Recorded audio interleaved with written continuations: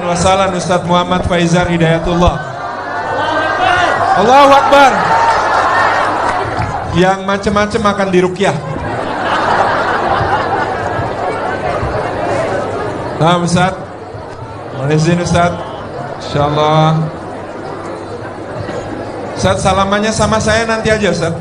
Sepertinya antum habis meruqyah soalnya. Takut ada yang masih katut. Barakallahu fiik, barakallahu fiik. Mohon izin kepada Ustadz Adi Hidayat yang sudah hadir. Terima kasih Ustadz. Pada Habib Muhammad bin Anis, kepada empunya acara, yang punya acara Ustadz Salim Afillah, kepada jangan dicabut Ustadz. Kepada Ustadz Umar Mita, kepada Ustadz Hanan Ataki, kepada Kang Mas Roni, dan juga Ustadz Lukman, dan yang paling kiri Hokage. Masya Allah, Hokage keberapa? Yang kita jaga mix selalu tidak boleh dekat-dekat dari dia gitu kan ya. Nanti bahaya kalau dia doa. Alhamdulillah. Alhamdulillah bereaksi semua. Tadi keris saya udah geter dari sini. Jadi alhamdulillah teman-teman sekalian, saya datang ke sini untuk memberikan selamat kepada Ustadz Salim Afillah atas terbitnya buku Sang Pangeran dan Janissaries yang terakhir. Malam ini kita memperingati kelahiran Rasul dan bagaimana perjuangan dari Pangeran Diponegoro. Alhamdulillah Ustadz Umar Minta bertahan di sini. Mungkin berat bagi beliau, tapi alhamdulillah. Ya, pelan-pelan masuk ke beliau. Hadirin yang dirahmati oleh Allah. Pada malam ini saya ingin mengutip sebelum saya tutup satu tulisan dari kitab buku Ustadz Salim Afillah yang sangat istimewa. Di halaman 151.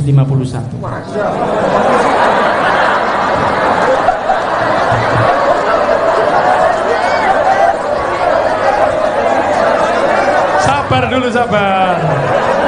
Kalau Ustadz Hidayat kan biasa begitu. Dekat beliau ini nular ilmunya insyaallah. Amin ya rabbal. Dekat beliau niru senangnya dengan Al-Quran insyaallah. Dekat beliau senang untuk ibadah insyaallah. Amin.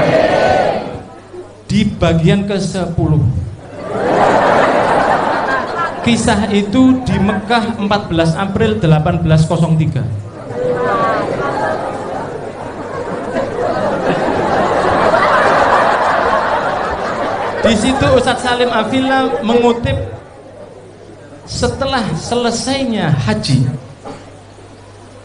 maka orang-orang sudah mulai mengisi Masjidil Haram dengan taklim-taklim dan halakoh-halakoh.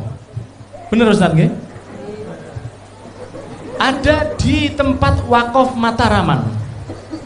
Wakaf Mataraman ini adalah satu tempat yang dibangun oleh Sultan Hamengkubuwono yang ke-1 pada tahun 1788. 25 tahun sebelum kejadian di 14 April 1803.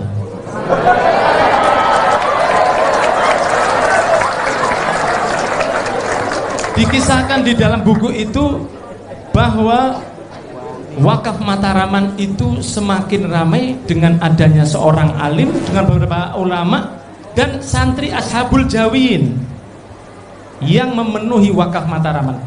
Di takliknya, apa taklik itu bahasa Indonesianya? Catatan kaki, footnote. Di catatan kakinya ditulis bahwa sampai Kiai Ahmad Dahlan masih menangi Wakaf Mataraman tersebut. Benar nggih? Kemudian setelah itu tidak tahu entah kemana. Dan insya Allah Wakaf Mataraman itu semoga bisa turun di Masjid Jogokarya. Bismillahirrahmanirrahim. Bismillahirrahmanirrahim. Berdiri lihat Habib ini agak tenang gitu ya. Lihat Ustadz Adi Hidayat agak tegang saya. Lihat Ustadz Umar Mita bahagia lagi gitu ya. Ada kawan gitu.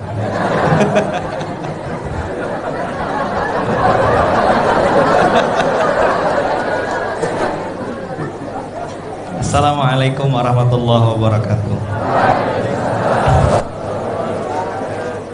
Yang saya sangat hormati para guru, para asatid. Habib tadi ngecek ngomong halaman. Betul halamannya teman-teman, halaman 151. Babnya bab 10, tanggal dengan tahunnya betul sama. Ternyata Habib bilang saya ngapalinnya 1 minggu.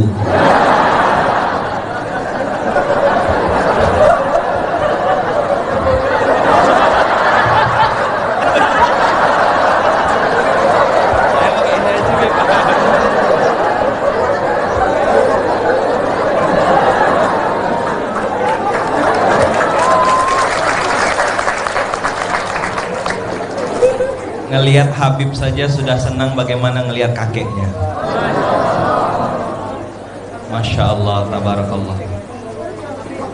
Jadi ternyata Habib sibuk dari tadi Ustadz menghafalkan halaman 100. Kenapa kok nggak pindah-pindah halamannya?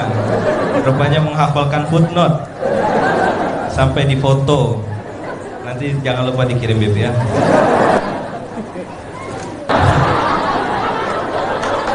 Ngaku Tuhan, hobi bunuh orang, menyelewengkan kekuasaan. Quran surah ke-2 Habib Anis ayat 49 paling kiri sebelah atas.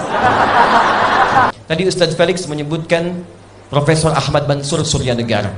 Beliau punya buku Api Sejarah di jilid yang pertama, cetakan tahun 2013, halaman 159 Habib Anis ya. Paragraf ketiga, posisi paling kanan sebelah bawah.